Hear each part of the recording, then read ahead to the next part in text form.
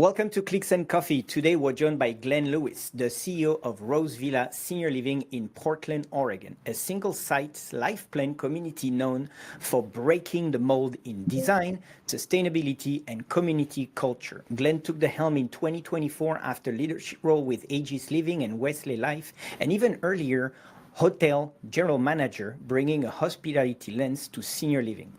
Rose Villa's innovation include zero energy pocket neighborhoods built to passive house standards, a long-range resiliency action plan, and a resident staff board DEIA coordinating committee that keeps everyone welcome central to daily life. Glen, welcome. Thank you. Good to be here. Thank you. And so I'm super happy to have you because you're like Rose Villa is doing a lot.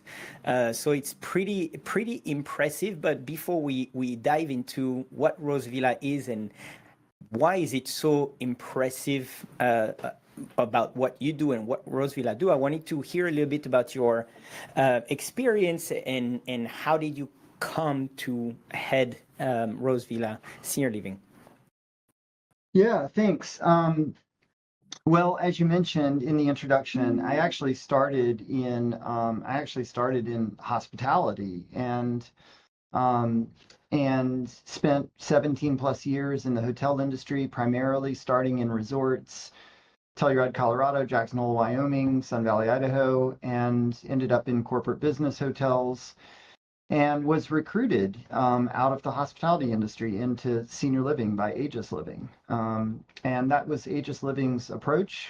You know, it's interesting that we're talking about really breaking the mold of senior living, but Aegis Living has been doing that for many years. And Dwayne Clark, the CEO of Aegis Living, definitely had an approach that he wanted to bring the hospitality focus to assisted living and memory care.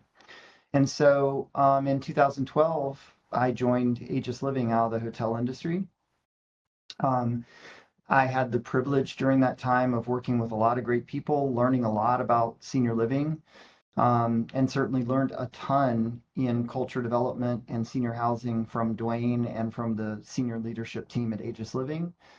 But one of the people that I really became close with during that process was a gentleman named Rob Liebrick at Goodwin Living. And Rob was somebody who really encouraged me to investigate and look at the nonprofit senior living space. And I had the opportunity to go to work for Wesley Life in Des Moines, Iowa, and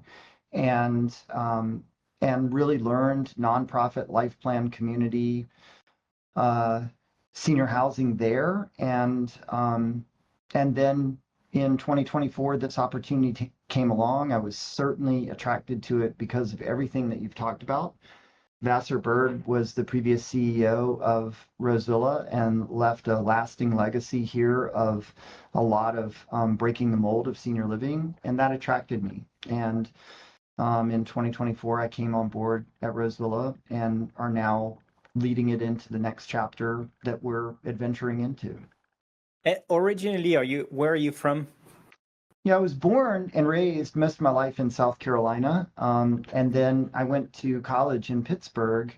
And then I always say this, after college, I wanted to ski more than I wanted to work. And that's what took me to Telluride, Colorado. I know I was hearing your first experience. I was like, I'm going to ask you about skiing. Yeah.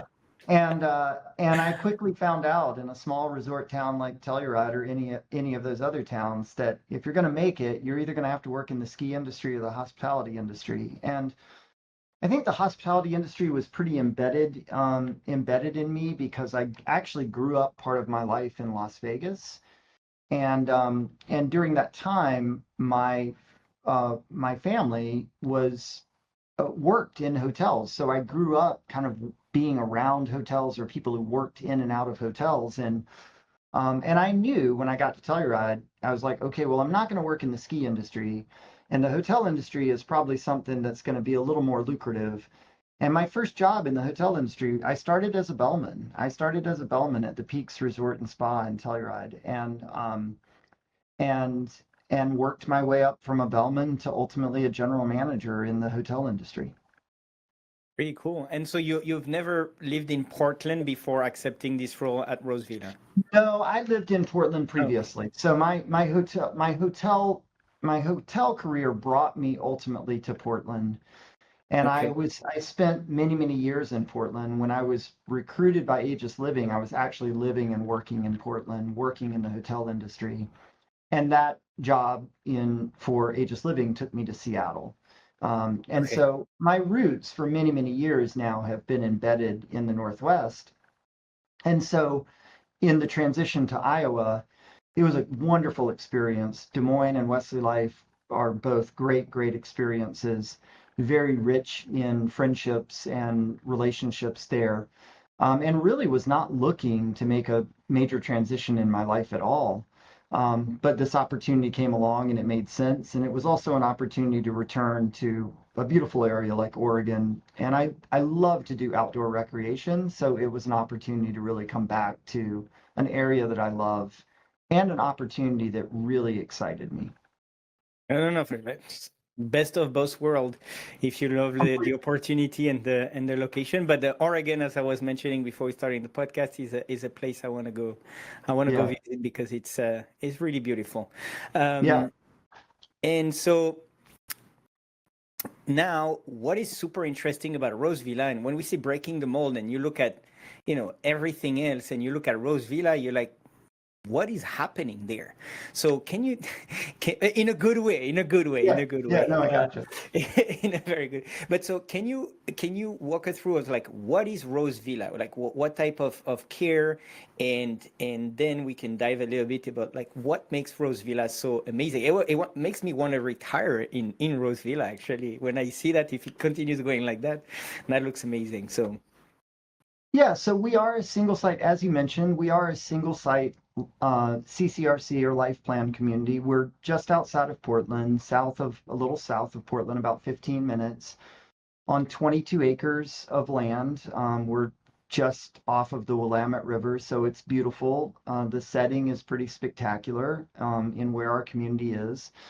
Um, Rose Villa was actually opened in 1960 and started initial development in 1959, opened in 1960, and it was a community that operated very effectively for quite a long period of time. It was primarily one level, sort of row home type of environment, um, and um, and it had gone through a lot. And in 2007, when I think it was 2007, Vassar Bird came on board as CEO, the organization was really struggling. It had not been reinvested in for quite some time, and it was just this old product that had been what it had been for years, and really felt, I think, in a lot of ways like an old, nursing home kind of independent living, the retirement home environment.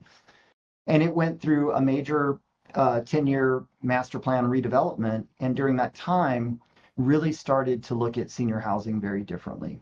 Um, and some of the first things that we did are what we call the pocket neighborhoods, and that was really something that put Roseville on the map. It's a neighborhood on our campus that is sloped down a hill looking towards the Willamette, and the architecture and the scope of that work is very different than what we have seen or at that time had sure. seen in senior housing. And then after that, in phases 2 and phases 3 was really when we stepped into building our first ever zero energy neighborhoods. And that really cracked open a nut, I think, that really I'm not sure anyone thought was a market for us in senior housing. And, we now have, as you mentioned, we now have 2 zero energy neighborhoods here. Those are completely sold out. There's about a 12 to 15-year wait list to get into those zero energy neighborhoods. Um, and we've made a decision as an organization as we go forward to build nothing but zero energy as we go forward into the future. But I would tell you that what I think makes Roseville unique, for senior housing, we have a very fairly young average age. I mean, our average age of our of our community is about 77, 78 years old. So it's definitely a younger population. And it's a very engaged population of residents that really we encourage a level of connection and a level of involvement for residents to help them, for them to help us run this community.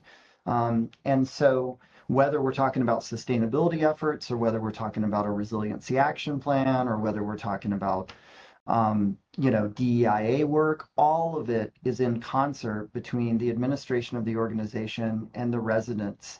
And primarily, I will tell you, Alex, that most of the work that is done, although it can be our ideas and things that we get excited about as an administration, the reality is it's our residents that are highly engaged and pushing on us to create this environment that they really want to live in. And I think that's what really makes us, I know that goes on in a lot of different places, but I think it really makes us unique because, we've continued to really look at ways to break the mold of senior housing in both development and design and purpose-built product, but also in the culture that we're creating amongst our residents and our team members. And there's a very there's not a really strong definitive line between our residents and our team members. It's a very family oriented environment where it's communal in nature, it's wellness, it's we're very focused on a health span versus a lifespan.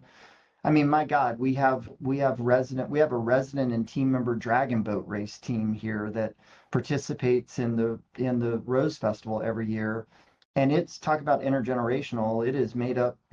Our oldest participant in that dragon boat race is 86 years old and sits in the third seat in a competitive nature of dragon boat racing. So just to let the audience know, it's like it's a rowing boat where everybody in the boat is rowing and racing right. against each other. Yeah, in a competitive nature. At a senior living community. This is pretty impressive.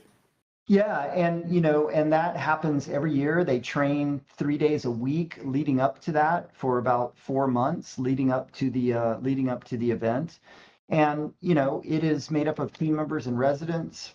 As I mentioned, oldest resident being 86 years old, and youngest person being 19.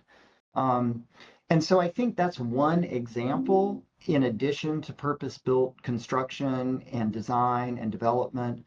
Is an example of the culture that we see that's really been created at Rose Villa that I think is unique. Real community culture. Yeah, and fun, and I think one of our core values is, what if we could? We think and we dream really big, and we want to think. We do not want to be limited by what the industry has consistently done, and we don't want to be limited by ourselves. Yeah. And then, going back a little bit to the design, I was looking at your website and the different buildings and different housing opportunities, and it is amazing. Like the design, you have little cottages, then you have like super modern lofts that I would love to to live in. It's like truly amazing.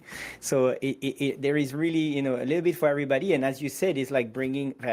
I'm sure that was planned a little before your arrival, since it's already built. But what I mean is like what I like is really that. That view of saying, let's not build a senior living community that is a senior living community. Let's build like a beautiful community that senior lives in. And it's really more what it feels, where it really truly feels like a regular neighborhood. So like a new place that you're moving in that's really cool, rather than, being in a place that could feel a little medical. And I know that's like one of the big thing that people are trying to do now is to have more of that hospitality view of the senior living, to make it really like a home away from home, if you want to say, or really saying like, I'm going to downsize, but instead of downsizing to a regular apartment building, I would be downsizing into a senior living community where it makes sense and I want to live there, rather than like, I have to live there, which is really amazing. And so we talked about the net zero I was also reading that you're building a rose port. So can you tell us a little bit about that? Because I'm very big into sustainability Sure. and everything renewable. So I would love to hear a little bit more about that. And also after that, maybe talk a little bit about your resiliency action plan, because I was mentioning that. And I think also having a vision, instead of having like a 5-year vision, you guys have a 25-year vision, which Yeah. changes drastically how things are planned and how things are done. Yeah. So sure. And to talk about Roseport, I can't talk about Roseport without talking about the Resiliency Action Plan, because the Roseport is part of the Resiliency Action Plan. And so um, Rosevilla has outlined, with resident and outside stakeholder involvement, has written a 25-year resiliency action plan. And that 25-year resiliency action plan was written and designed from the perspective of natural disaster environments, what we're most threatened by in our area: wildfires, smoke from wildfires, wind events, earthquakes, all of these types of events. Our resiliency action plan was built and written and designed to help us live into an action plan that allows us to sustain ourselves to the best of our abilities through construction, design, and purpose-built operations um, uh, against those types of threats. And so, as part of that resiliency action plan, we identified several areas on our campus where we wanted to create what are called rose ports. And those rose ports are designed to be community hubs. So they're functioning buildings. So a rose port is basically a garage or a carport. We have existing garages on our campus, and our resiliency action plan identified several locations on our campus where we would either build new or redevelop an existing garage into a rose port. And so cars, resident automobiles are still able to park there. But what's built into that construction is solar panels and backup power sources to store the power that's retrieved from those solar panels. In addition to that, they have rainwater collection systems on them that store up to 3,100 gallons of rainwater with a potable water filtration system on them. And then they also have food storage within them, so that in the event of an emergency or a natural disaster, a power outage, a various disaster that may occur. And I should also say that these rose ports are built to the highest earthquake construction standards that we can build to in the area with current technology. Um, and and once completed, a rose port at full capacity of 3,100 gallons of water and full power will enable each rose port will enable us to provide enough drinking water to our entire campus for 3 days. It Wow. will also enable us that residents or administration could report to one of these rose ports, and we could utilize the backup battery systems to run major electronic systems that we would need to, like oxygen machines, any type of IT technology that is portable that we would need to use.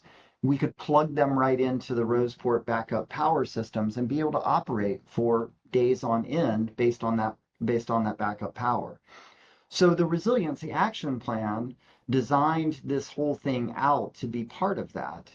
And we had the opportunity, and I say opportunity, what happened on our campus is last year we had an existing garage burned down. And we chose to take that opportunity in rebuilding to not build a standardized, you know, like for like garage like we had previously. We chose to take that opportunity as our first step to build our first Roseport. And that first Roseport is finishing construction next month and will be fully operational. And I define them as, when we were going through design, I encouraged Green Hammer, our architecture firm that designed it. I said, I know these two words don't generally go together, but I want you to build a sexy garage. And that's really what has come out of this, is a beautiful, sustainably built Roseport that will provide all of these resiliency pieces, both operationally and infrastructure for our campus.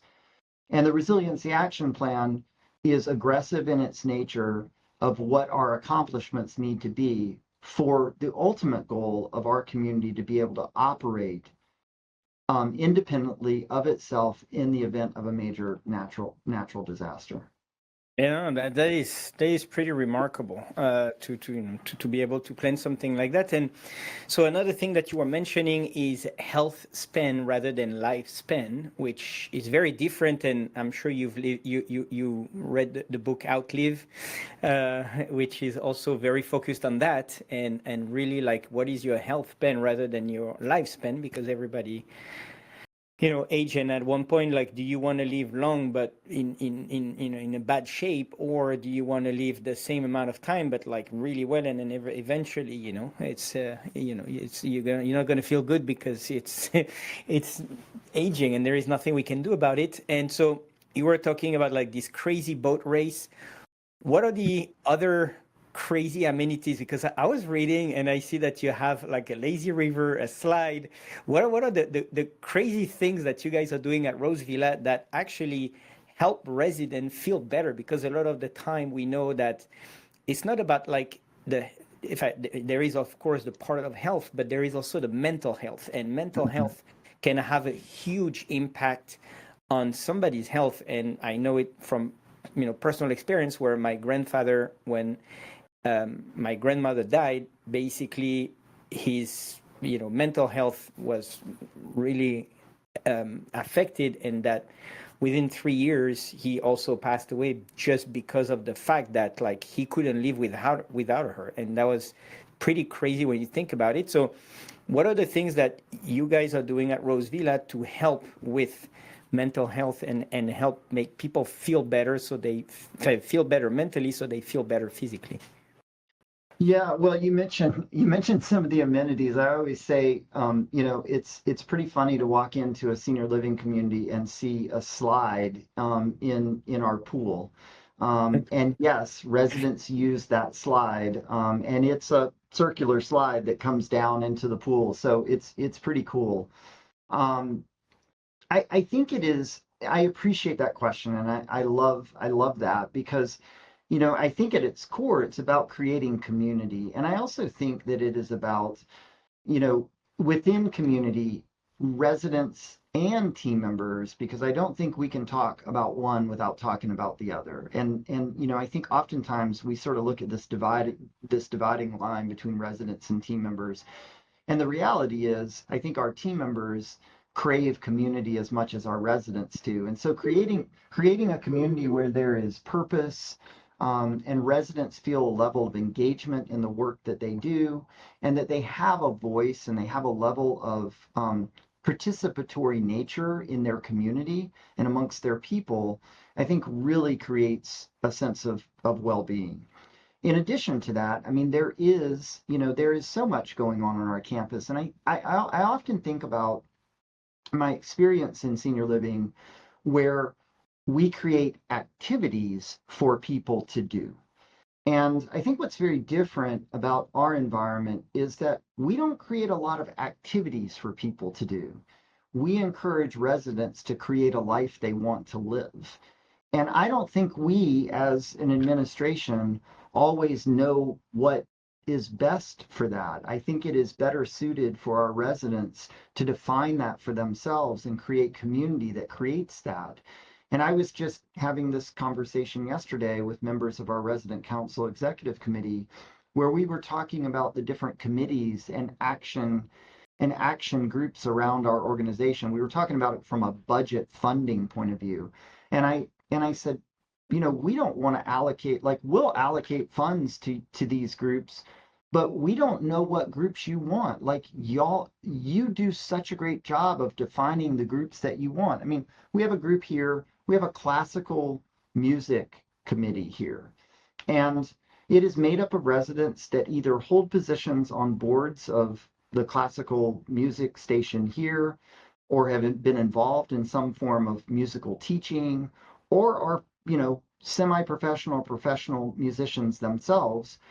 Well, they have these incredible connections around Portland. And just the other day, I'm walking around campus. It's 4 o'clock in the afternoon, and I go walking down a hallway of one of our campuses, of one of our buildings, and I hear this incredible music coming out of one of our spaces. And we must have had 70 or 80 residents watching three members of the Oregon Symphony perform. And I'm like, how did we get three members of the Oregon Symphony here? And, the great thing is, like, I didn't even know that we had three members of the Oregon Symphony here. The beautiful thing is, it's our residents that are driving those relationships and driving that purpose and creating an experience here that other residents want to have.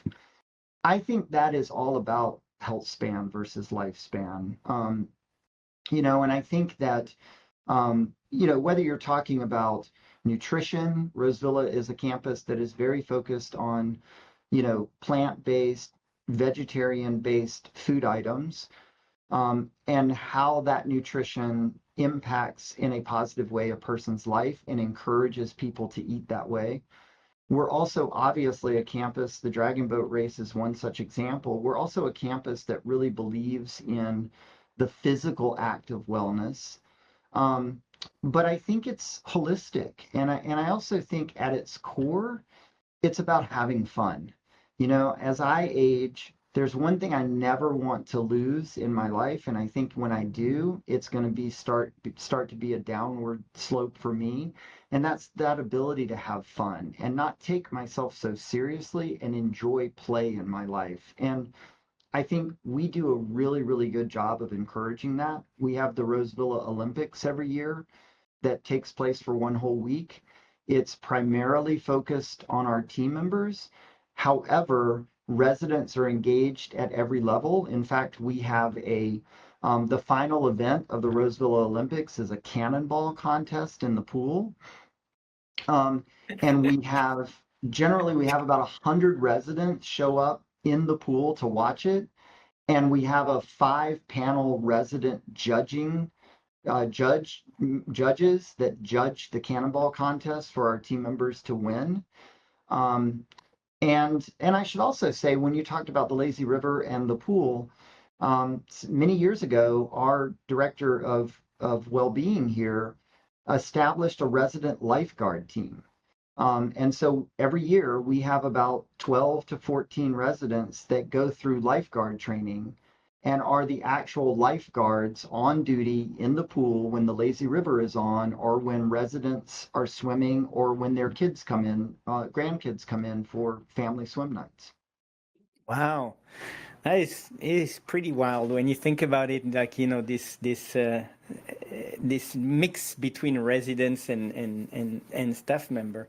And talking about staff member, Rosevilla seems to be kind of the forefront of technology and sustainability and everything that, like, everybody should be, really looking into. How do you help tech adoption with the workforce? Because again, the tech is only as good as the people using it. And so how are you looking at that as well in order to keep Rosevilla at the forefront, I would say, also of operations? Yeah. Well, I'll start with, I think that I think because of many of the things that I've mentioned, I know that we attract a pretty progressive workforce, and that's exciting to me. We attract, another one of our core values is just be you. We want team members to come here and just be themselves. We have a very casual approach to our work environment. We want team members to feel at home. We want a level of comfort in how they interact with residents. Um, we have team members that show up at work in t-shirts with Rosevilla on it, and we have other team members that show up in shorts some days. And we're good with that because the residential environment that we want to create, I think, eliminates the barriers that you often see between team members and residents. And so we attract a pretty progressive workforce. I would also tell you that, as a CEO of an organization, I get emails and phone calls all the time about technology and how that technology is going to benefit me or benefit the organization. Well, if you get 10 of those a day, you have no ability to field all of those and take those things for a test drive and try to understand, will it adopt into our system and will it bring value into our system? And so I think we miss out on a lot of opportunities of great cutting edge technology that can really bring value to team members, to residents, and to our systems or to our organizations. But last year in 2024, we created a tech accelerator program at Rosevilla for this exact purpose. Is that, man, I cannot field all these phone calls, I can't take all these things for a test drive, and neither can the rest of our team. And so we almost created like a little Shark Tank kind of approach to this. And so through some grant money and a partnership, we were able to evaluate about 10 to 12 different technology companies that had an interest in had created technology specifically for senior housing, senior living, and really felt that their product would bring value. Oftentimes they couldn't have that breakthrough, or they couldn't really get it into the systems or get somebody to say yes to it. And so through that evaluation of both residents and team members and board members, we made up a panel that we selected 3 technology companies that would literally over a quarter, like 1 or 2 quarters, 4, 8, possibly a year, would actually bring their product into our system, and our team members and our residents would engage with that product, and we would provide real-time feedback in a partnership to that organization to enhance that product, make that product better. And we had an agreement that if that product brought value to our organization, we would adopt that technology into our organization. And it has worked out brilliantly. Our first partner is a company called Walkwise, based in Fargo, North Dakota, and they have, it has been an incredible partnership for us, where both residents and team members have found significant value in that product. And we've also been able to provide real-time feedback to Walkwise in ways that I hope and I think have enhanced and changed their product in a positive way. And so Exactly. 2 other upcoming technology companies that will be part of that program.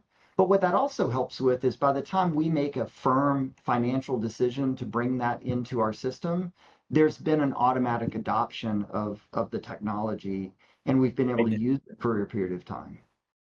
No, that's a really interesting approach, and that's also great that the technology companies are okay with that and making sure that they are doing a partnership rather than like a hard sell of like, no, we don't do that. You either do the test for a year and then figure it out on your own, instead Yeah. of doing a great partnership. No, that's really amazing.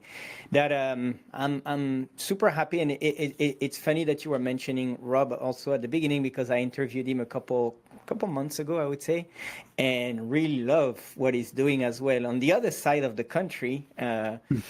So it's pretty remarkable what both of you are doing, and really not just trying things for the sake of trying, but really, seeing what should be working, and then say, let's do it, because we know it works, and we know that, a lot of people have put a lot of thoughts into architecture, the type of architecture that you guys are building, or the types of construction, the renewable and all this stuff, and let's just do it, and let's not look at the next couple of years, but let's look at the next 20 years and see how would Rosevilla look in 25 years, and I think that is how we should look at things like that, because at the end of the day, we're not doing this for the next 5 years. We know Right. it's gonna be there for the next 50 years, so it's like, oh, maybe 50 years is a little bit much, because things are changing so rapidly that we don't really know, cannot really make like a definitive choice, for 50 years, but trying to project as much as possible, it's great, because the vision and the execution is very different. Yeah, absolutely. Well, and I think it's about, I have so many conversations because we have a resident-led green team here that's focused on the sustainability. In fact, you mentioned the Resiliency Action Plan. Our resident and administration at Rosevilla is now writing a 25-year sustainability action plan. So we will have both a 25-year resiliency action plan and a 25-year sustainability action plans, which are action framework documents that will enable us to live into both of those. But when we have common conversations in strategic planning with respect to sustainability and resiliency, the common theme we hear from residents that are engaged at that level is that it's exactly what you're talking about. What kind of legacy do they want to leave? And what we find, and I think that this is, an untapped resource in a lot of our communities, is that what we find is that most residents approaching the last chapter of their life really do want to do things to leave the world a little better than they found it. And the question is, can we help create a framework and some action and tap into it's pretty amazing to think about a collective group of 400 residents living on our campus that have the amount of experience, education, background, knowledge, and depth of work that they've done. And oftentimes in CCRCs, we don't tap into that to help us utilize that resource, that vision, that experience to help us be a better organization. And I think that's what we're hearing. That's what we're seeing in our residents is like, wait. When the end of this chapter of my life comes to a close, where I live and the work that I've done and the organization that I've chosen to align with for that last chapter, I want us to leave the world a little better than we found it. Yeah. Sounds to me like you and Rob should make a national program for I adore Rob. new Rob and I, communities. we work Yes, yes. together, as I mentioned, at Aegis, and Rob has been a great friend, a great mentor, and a great peer to work with for years. So Yeah, I yeah. appreciate that very much. No, but super. But Glenn, it was really a true pleasure having you. I really love what you're doing. Really love what Rose Villa is doing. This is not only you. It's like takes a village, Yes, and it's literally takes a village. But I really love it, and I hope I'm gonna see you one day in person. I'm on the other, like clearly the other side of the country. But Oregon has always been a state I want to visit. So maybe we'll soon take a picture together and we can talk about it on LinkedIn or something like that. absolutely. Well, Alex, if you ever make your way out to Oregon, and I think you should at some point in time, please come to Rosevilla. I'd love to show you the campus and show you what you've only seen in pictures and websites, but I'd love to show you our campus for sure. Thank you, Glenn. Thank you. Appreciate it.